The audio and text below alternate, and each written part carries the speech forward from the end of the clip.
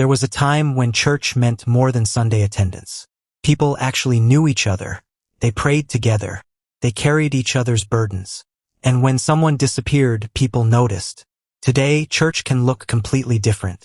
We have bigger stages, better technology, endless sermons online, and more Christian content than ever before. Yet something still feels missing. But what? Did we lose something along the way? Or are we romanticizing the past?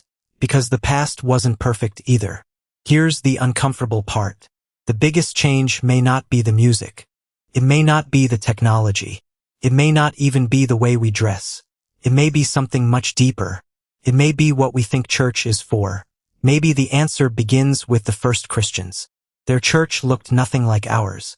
They had no giant screens. They had no microphones. They had no worship stages. They didn't have live streams.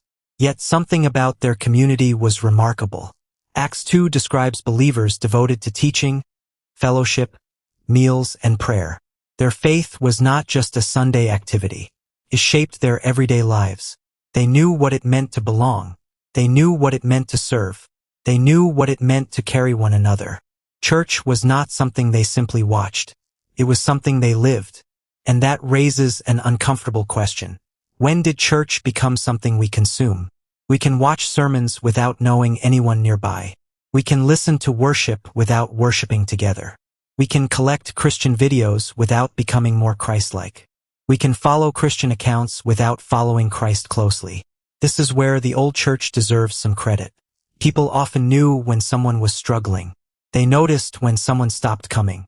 They visited people who were hurting. They prayed for one another. They shared what they had. They made room for people. That kind of closeness can be powerful. But let's be honest about the past. It was not some perfect Christian golden age. Older churches had problems too. Some people were judged harshly. Some traditions became too important. Some churches were deeply divided. Some Christians confused strictness with holiness. So we should not pretend everything was better before. The old church had strengths. It also had weaknesses. And the modern church has both as well. That matters because nostalgia can distort the truth. Modern Christianity has brought incredible opportunities. A sermon can reach someone across the world. A Bible study can connect people from different countries. Someone who cannot attend physically can still hear scripture. Young Christians can share their faith creatively. Technology can spread the gospel farther than previous generations imagined. These things are not automatically bad. Change itself is not the problem. The early church changed as the gospel crossed cultures.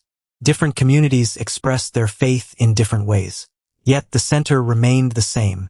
Jesus remained the center. And that is where we need to slow down. Because the Bible gives us a standard. Not a standard for stage design. Not a standard for musical style. Not a standard for how modern a church should look. A standard for how God's people should live. In John 13 verse 35, Jesus said his followers would be recognized by their love. Not by their buildings. Not by their popularity. Not by their production quality. By their love for one another. That changes the conversation completely. Suddenly, the question becomes much deeper. Are we actually loving one another? Are we carrying one another? Are we forgiving one another? Are we serving one another? Are we becoming more like Jesus? Maybe that is what we have been missing. Not necessarily the old songs. Not necessarily the old buildings. Not necessarily the old traditions. Maybe we have missed the closeness.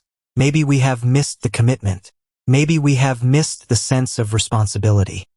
Maybe we became better at attending, but worse at belonging. Better at watching, but worse at participating. Better at consuming, but worse at serving. And that should make us uncomfortable. There is another problem we need to consider. Every generation is shaped by the culture around it. Older generations were shaped by their culture. Younger generations are shaped by theirs. The question is not whether culture influences us. It does. The question is whether Christ is still transforming us. Scripture also warns us not to simply copy the world around us. We are called to let Christ transform the way we live. That means modern church cannot blindly copy culture. But it also cannot blindly reject everything new. We need discernment. We need wisdom. And we need to keep asking what actually helps people follow Jesus. Maybe the church did not simply change. Maybe we changed too. Our attention changed. Our expectations changed. Our definition of community changed. Our relationship with technology changed. Even our idea of convenience changed. We can now get almost anything instantly. Sometimes we expect church to work the same way. We want powerful sermons instantly. We want worship instantly. We want answers instantly. We want spiritual growth instantly. But discipleship does not work that way. You cannot download maturity. You cannot stream obedience. You cannot shortcut character. Following Jesus takes time. That is something the early church understood. They walked together. They learned together. They struggled together. They served together. They grew together. And they did not always agree. But they remained connected. That kind of community is costly. It requires patience. It requires forgiveness. It requires humility. And it requires showing up. Not just when church is convenient.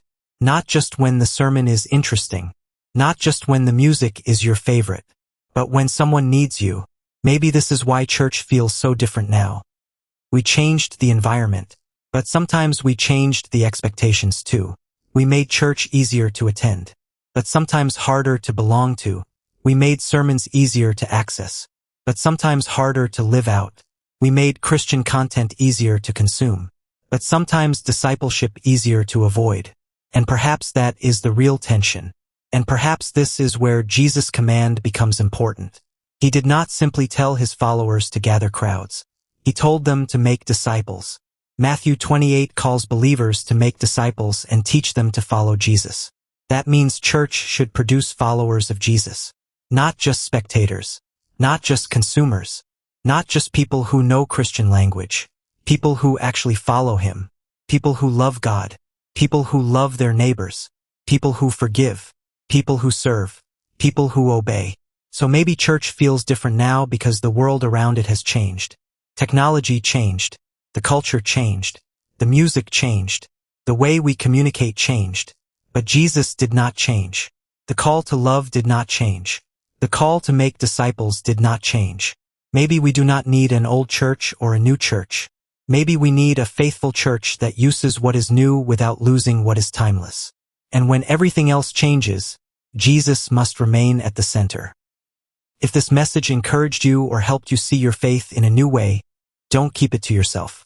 Like this video, share your thoughts in the comments, and subscribe to Light Path Animations for more biblical conversations that help us grow closer to God. Until next time, keep seeking His truth, keep following Jesus, and may God bless you.